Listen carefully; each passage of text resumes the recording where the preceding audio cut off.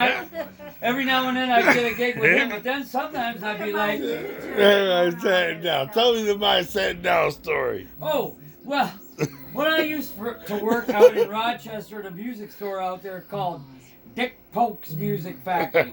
Actually, I think it would have been a lot more palatable if Dick Polk is a great guy.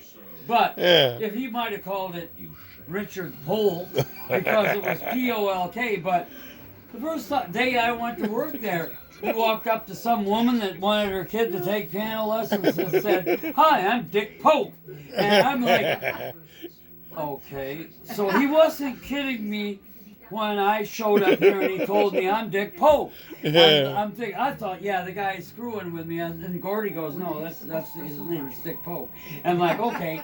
So anyway, I learned a lot there. Dick Polk was or is, I hope he's still around, was a great guy. One of the coolest guys you could ever work for because he was more a musician than just a music store owner, and he had played guitar on some of the Four Tops and Temptation stuff for Motown, you know, and he was like one of the early white musicians that played with those bands and stuff. But anyway, among other things, I was like, me and Gordy were both open for anything. Oh, we want to get gigs for our band. I mean, we're working here, but Gordy was a salesman, I was a technician. And I learned a lot working there because, like, when you're put against the wall, fix this. It's like, well, I've never even worked on that before, but god darn, I'm going to get this thing working. So I learned a lot.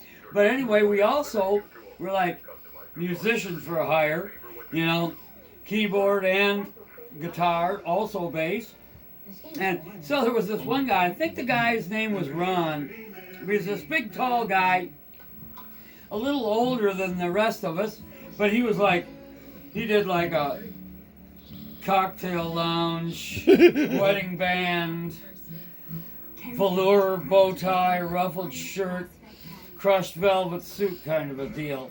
So I'm like, sure, you know, I'm doing like fucking smoke bombs and freaked out shit, but it's like, yeah, well, you know, I play keyboard and stuff. So, okay, every now and then this guy would come in here like, you up for a gig Saturday night? It's a wedding this time, or it's a bar mitzvah this time, or it's a, you know, graduation party. But it would be like, all right, he had this big, thick book. He called that the Bible. And so it had all the chords to all of these songs. Some of them I'd never actually even heard. I'd heard of, and it was like,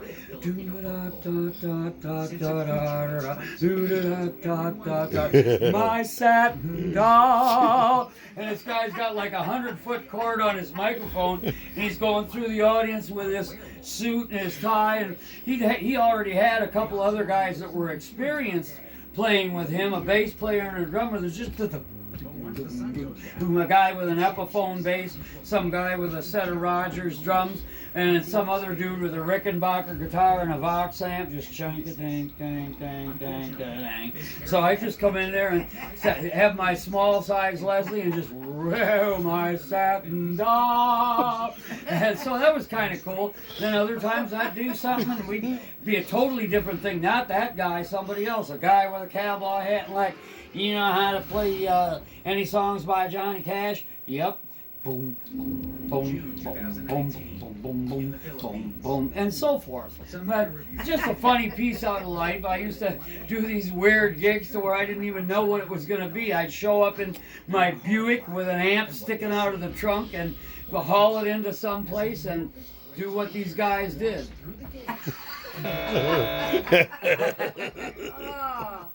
We could put that. We need to have a YouTube. I'm telling you, you got some great stories, buddy.